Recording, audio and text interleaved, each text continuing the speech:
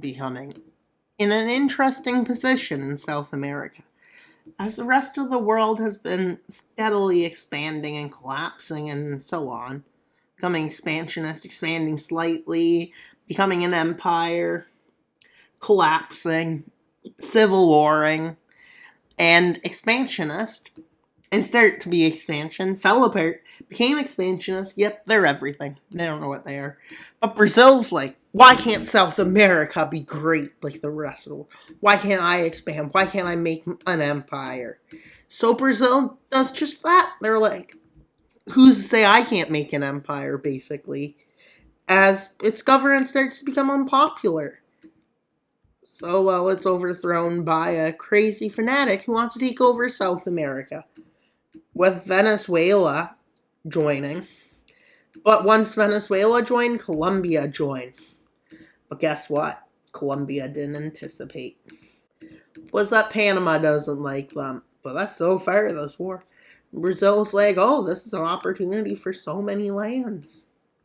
We are going to show Colombia what we are, us Brazilian. With Panama barely doing a thing. But Colombia unable to do that because, well, Brazil starts an offensive into southern Venezuela, which they move up north towards the water, and they start an offensive in Colombia.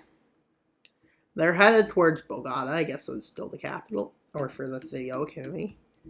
But with a counter-offensive made by Colombia with the help of Venezuela, Brazil is pushed back and humiliated at the same time. But Panama is completely run over and destroyed, and it basically becomes Paraguay 2.0. Get it? Paraguay lost its whole population. And while maybe the advances become slower as Brazil is starting to head towards a stalemate with Colombia and Venezuela launching successful counter-offensives that take huge swaths of land, with Brazil starting to have troubles to distract its people from the bad goings in, well, their area. They decide to invade Paraguay, which Bolivia decides to become their friend after they do it. Who knew how friendship works? With Bolivia headed towards war with them already, well, yeah. Who likes Paraguay?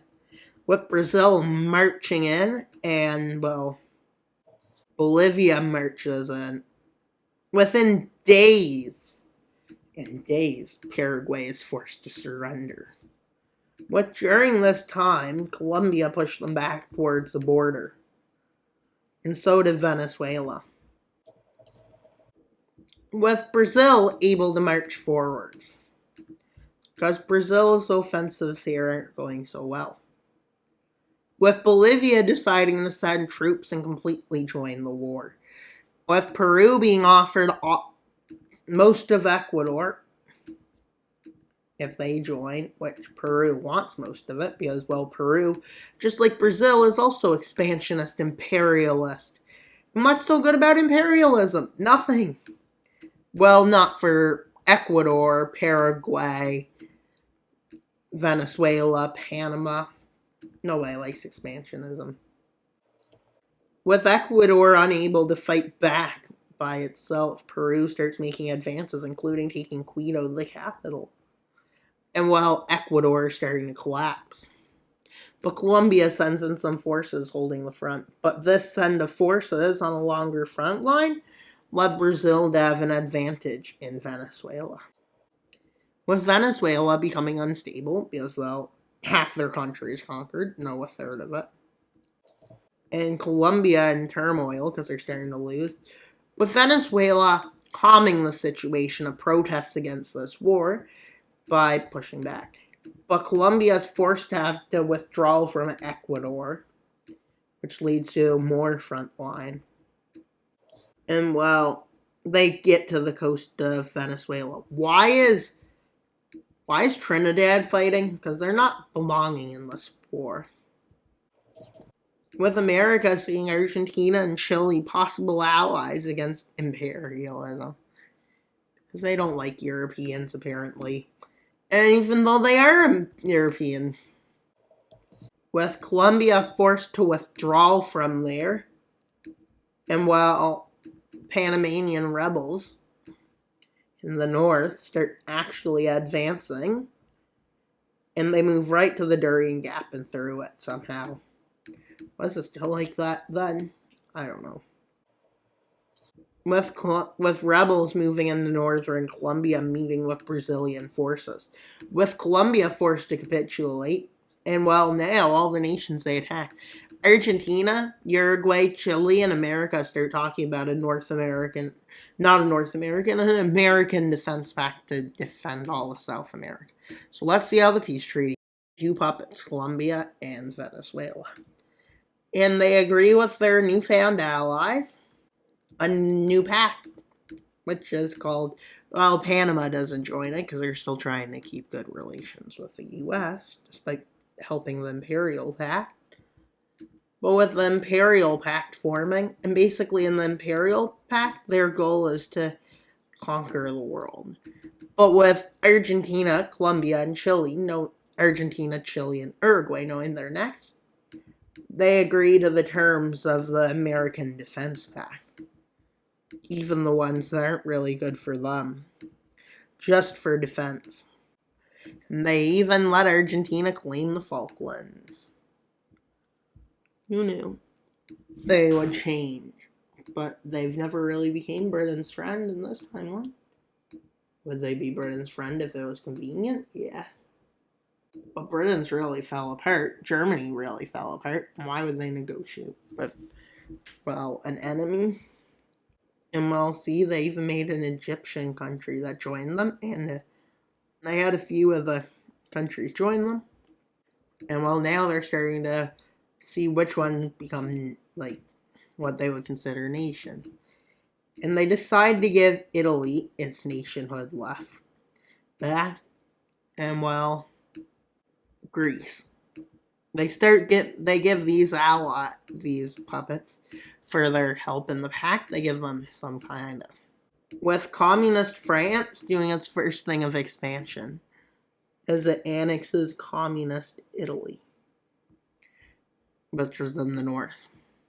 Well, the China that exists is imperialist for sure. There's no denying it.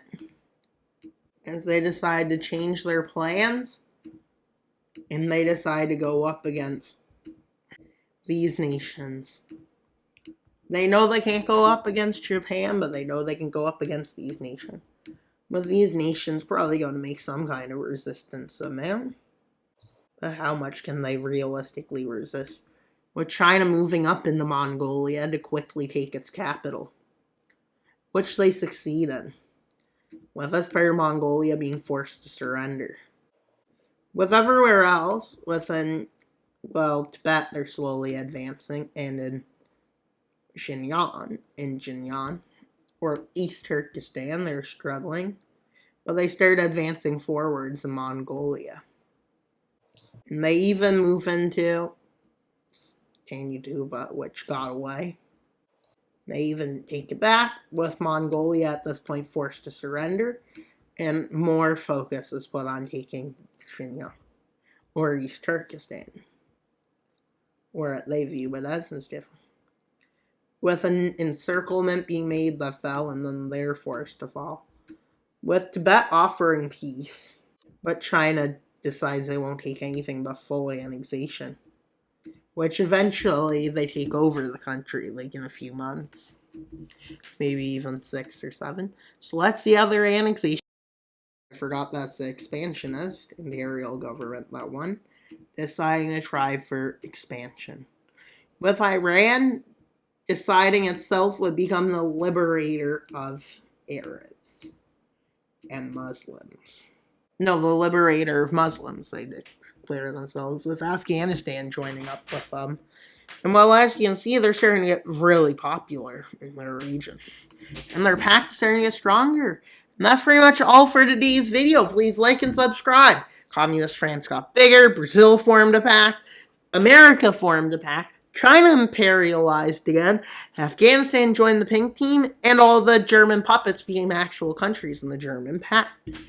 And that's pretty much all for today's video. Please like, subscribe, and comment. Wild Mapper out, but not until you subscribe. Bye, guys!